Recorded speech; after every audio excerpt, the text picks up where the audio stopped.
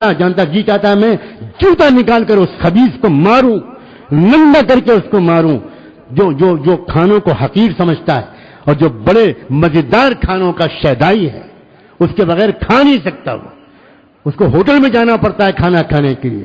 Hotel کا کھانا جانتے ہو کس طرح کا ہے؟ خدا کی قسم جب تک مجبوری کی ضرورت نہ ہو تب تک ہوٹل کا کھانا کھانا کبھی نیک لوگوں کا مزاج نہیں ہوتا۔ کیا لوگوں نے سمجھا ہے؟ کیا ہے دین؟ داڑھی رکھ لی، کرتا پاجامہ پہن لیا، سمجھ گئے کہ ہم بڑے دیندار ہو گئے۔ یہ تماشا ہے، تماشا۔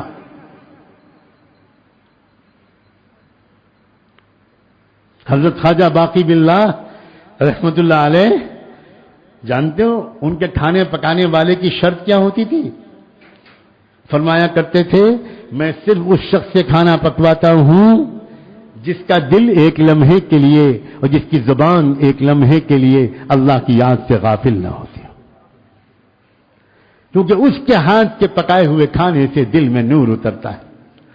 فرمایا کرتے تھے کہ جس دن میرے پاس ایسا کوئی پکانے والا نہیں ہوتا میں روزہ رکھتا ہوں اور شام کے وقت میں دودھ سے یہ لسی سے افطار کر لیتا ہوں، کوئی پکی ہوئی چیز نہیں کھاتا جب تک کہ ذکر میں ڈوبا ہوا انسان میرا کھانا نہ پکائے۔ یہ تو مقام ہے ہمارے بزرگوں کا، اور ہم جا رہے ہیں کافروں، مشرکوں، ناپاکوں، جنوبیوں، بدکاروں اور فاسقوں اور فاجروں کے ہاتھ سے کھانا کھا کر، اور وہ بھی فاسٹ فوڈ کھا کر اور جنک فوڈ کھا کر اور چائنیز فوڈ کھا کر جس میں جیلیٹن ملی ہوئی ہوتی ہے، اور جیلیٹن حرام ہے، اس میں کوئی شک نہیں ہے، کوئی شک نہیں۔ کوئی چائنیز فوڈ جیلیٹن کے بغیر نہیں بنتا، کوئی جنک فوڈ جیلیٹن کے بغیر نہیں بنتا۔ ہمارے یہ نوجوان کیوں اپنے آپ پر ظلم کر رہے ہیں؟ یہ خنزیر کھا رہے ہیں، خنزیر، انہیں کچھ خبر نہیں۔ مزہ آ رہا ہے ان کو، مزہ آ رہا ہے، لا حول ولا قوت الا باللہ۔ ان کو نماز کی توفیق کیوں نہیں ملتی؟ ان کے فجر کی نماز آنکھ کیوں نہیں کھلتی؟ اللہ کہتا ہے فرشتوں سے سلا دو اس بدماش کو، اس کو میں اپنے سامنے کھڑا ہوا نہیں دیکھنا چاہتا۔ معجم کبیر طبرانی کی روایت ہے کہ تہجد کے موقع پر اللہ تعالیٰ اپنے کچھ فرشتوں کو بھیجتا ہے کچھ بندوں کے پاس، اس بندے کو جگا دو، اس بندے کو جگا دو، تہجد کا وقت آ گیا، میں اس کو اپنے سامنے کھڑا ہوا دیکھنا چاہتا ہوں۔ اور کچھ بندوں کے پاس فرشتوں کو بھیجتا ہے ان کو سنا دو، میں ان کا چہرہ نہیں دیکھنا چاہتا۔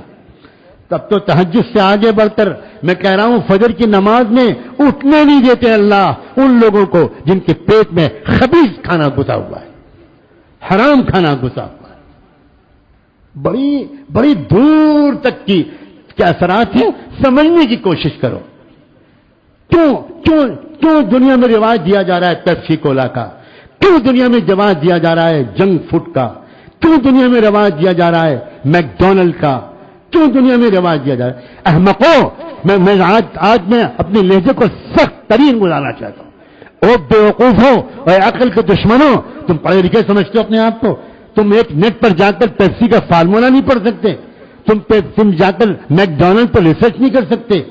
میکڈونلڈ میں لندن میں انسانوں کا گوشت پکڑا گیا ہے، پہلے گھوڑوں کے گوشت کی خبر آئی، گدھوں کے گوشت کی خبر آئی، انگلینڈ کے اخبارات میں فوٹو چھپا کہ وہاں مردہ انسانوں کا گوشت میکڈونلڈ میں استعمال ہو رہا ہے۔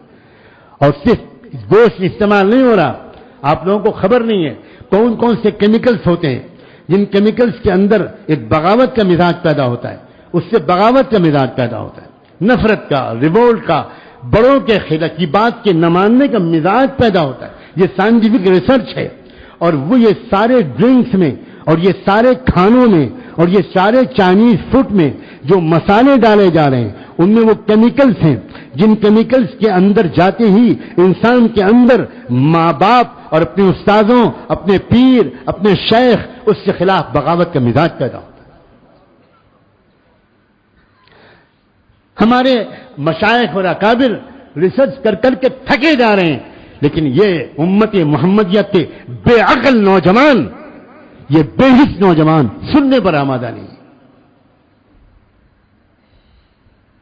کیوں یہ بچے اپنے ماں باپ کے باغی بن رہے ہیں؟ کیوں آج کل کے مریدین اپنے شیخ کے خلاف علم بغاوت بلند کر رہے ہیں؟ کیوں یہ شاگرد اپنے استاد کے خلاف اس لیے کہ ان کو وہ کھانا کھا رہے ہیں، وہ پانی پی رہے ہیں، وہ ڈرنکس پی رہے ہیں،